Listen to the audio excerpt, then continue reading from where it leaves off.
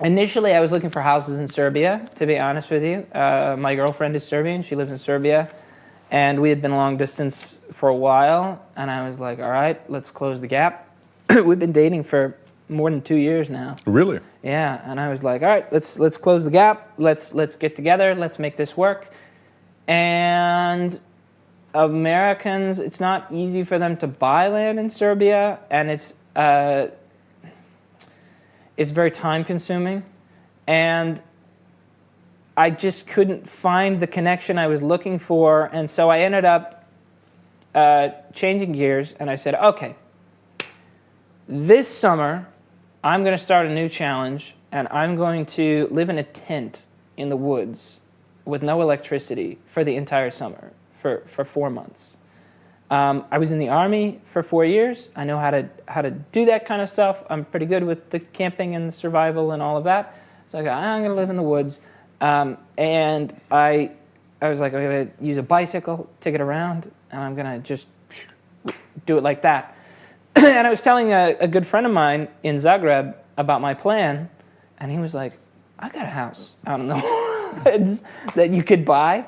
And I was like, okay, and it was this one, this 5,000 euro house. So I bought it from him, and a lot of people are curious about, like, how is that even possible for an American with the paperwork and the nonsense? But the fact is that is a good friend of mine, and it's his place.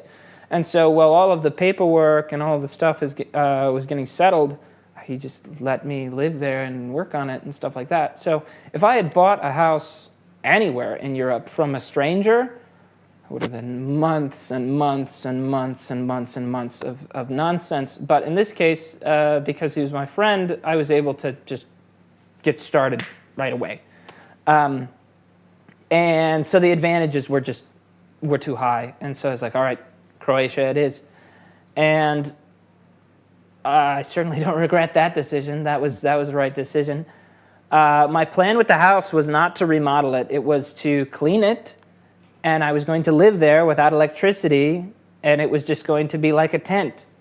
And people would come by, and, like I had this guy come by.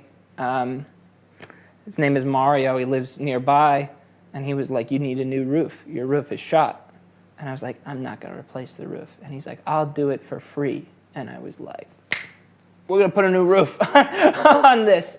And I reached out to my manager. I said, can you find us a sponsor for some roof tiles? And she was like, yeah, and she did.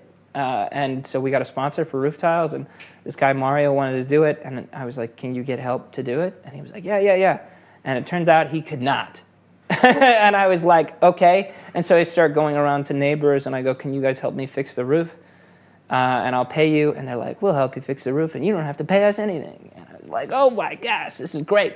And so I had 4 of my neighbors fixing my roof, and I didn't really, that wasn't in the plan, it wasn't in the cards, but the videos were so successful, and the followers were shooting up, and this is what they wanted. And effectively, I mean, even from episode 1, which we were just cleaning things and cutting down the forest and making it inhabitable, people were like, I can't wait to see what this looks like when it's done. And I was like, when it's done, like we're not doing anything. But with the willingness of my neighbors and the intrigue of the audience and the sponsors wanting to be a part of it, and we were just getting blown up with people saying, we have this, we have that. Like a recent example of that is heat and air conditioning. I was not going to install that. It was not part of my plan. We weren't going to do it. And we have a sponsor reach out, and they say, we want to install it for free, and we'll pay you too.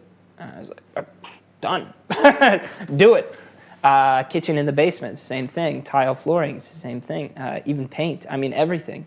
And so it sort of became a full-on, like, we're going to remodel this, like we're going to do it. And there's been a lot of concern about neighbors not getting paid for that first project on the roof.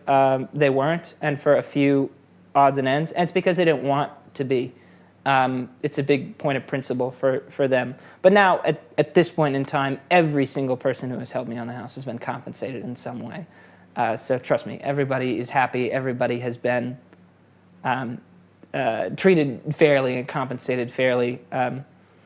A key point to followers of the series in regards to what's free and what's not.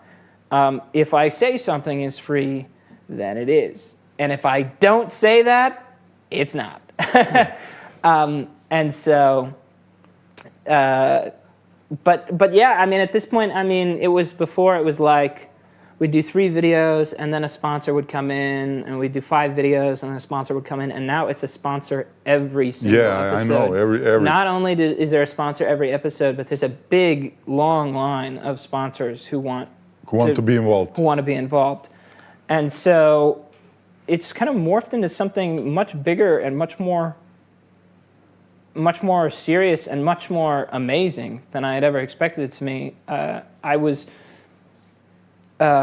expecting to have a life of solitude out in the woods for the whole summer, and it turned out I made a bunch of new friends and a bunch of new connections and learned new skills and built a community online and in person, and it's the most amazing thing I've ever done in my life.